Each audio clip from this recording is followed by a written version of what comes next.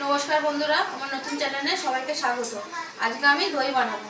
দই বানানোর জন্য দেখো এখানে 1.5 লিটার গরুর দুধ নিয়ে নিয়েছি। এই দুধটা দিয়ে আমি দই বানাবো। দইটা স্পেশালভাবে বানাবো, তোমরা ভিডিওটা দেখতে থাকো। দেখো দই বানানোর জন্য আমি এখানে 1.5 লিটার গরুর দুধ নিয়ে নিয়েছি। দুধটা ছেঁকে নেব। দেখো বন্ধুরা, দুধটা ফুটে গেছে আর আমি হাতা দিয়ে এরকম সবসময় ফাটতেই থাকছি। যত ফাটবে দুধ তত ভালো হবে।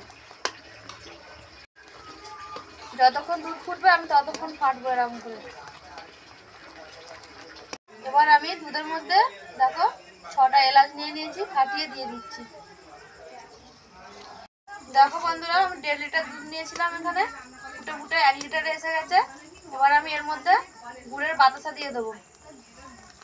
এখানে 300 বাতাসা নিয়েছি, আমি সবগুলোই দিয়ে দেবো। দেখো বাতাসাটা দেওয়ার পর আমি 5 মিনিট আরও ফুটিয়ে নেব। অনবরত এরকম হাতা দিয়ে ফাটাতে থাকবো। যত ফাটাবে বেশি তত ভালো দই বসবে। দেখো বন্ধুরা, আমি এই দইটা গুড়ের ফ্লেভারে করব, তাই জন্য গুড়ের বাতাসা দিয়েছি। আবার এখানে তাল গুড় আমি 200 গ্রাম দিয়ে দিচ্ছি। গুড়টা দিয়ে আমি 2 মিনিটের মধ্যে আবার ফোটাবো। ফুটিয়ে এবার নামিয়ে নেব।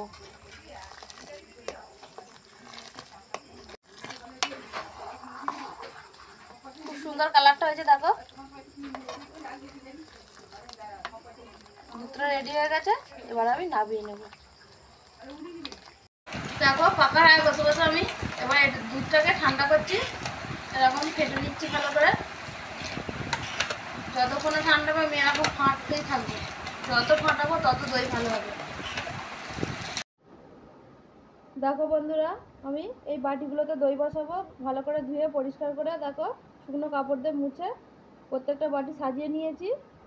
নিয়ে একটু করে দই দিয়ে দিয়েছি এইতে। দেখো বন্ধুরা, আমি আধ ঘন্টা ধরে দইটাকে ভালো করে ফেটিয়ে ঠান্ডা করে নিয়েছি। এবার আমি এই বাটিগুলোতে সব দিয়ে দেবো।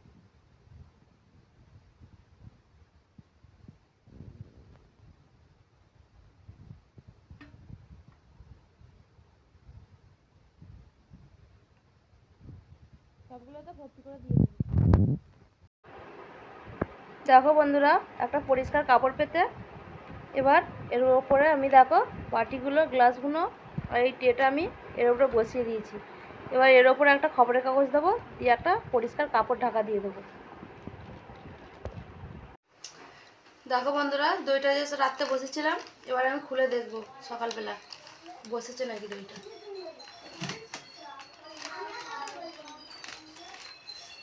খুলতেই তো খুব সুন্দর গন্ধ উঠেছে। খুব সুন্দর দইটা বসছে। দেখো গ্লাসেরগুলো,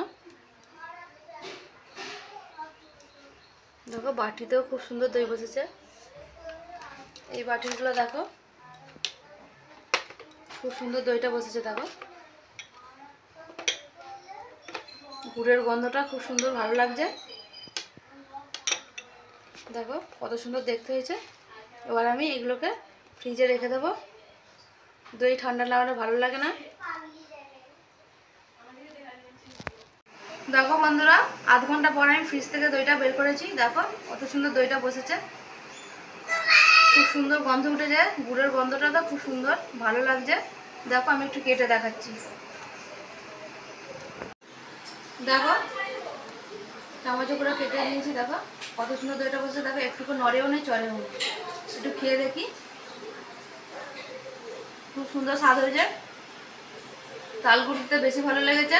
তোমরা এভাবে বাড়িতে দই বানাবে, দেখবে দোকানে দই আর খেতে ভালো লাগবে না। যদি আমার ভিডিওটা ভালো লাগে লাইক শেয়ার কমেন্ট করো। হরে কৃষ্ণ।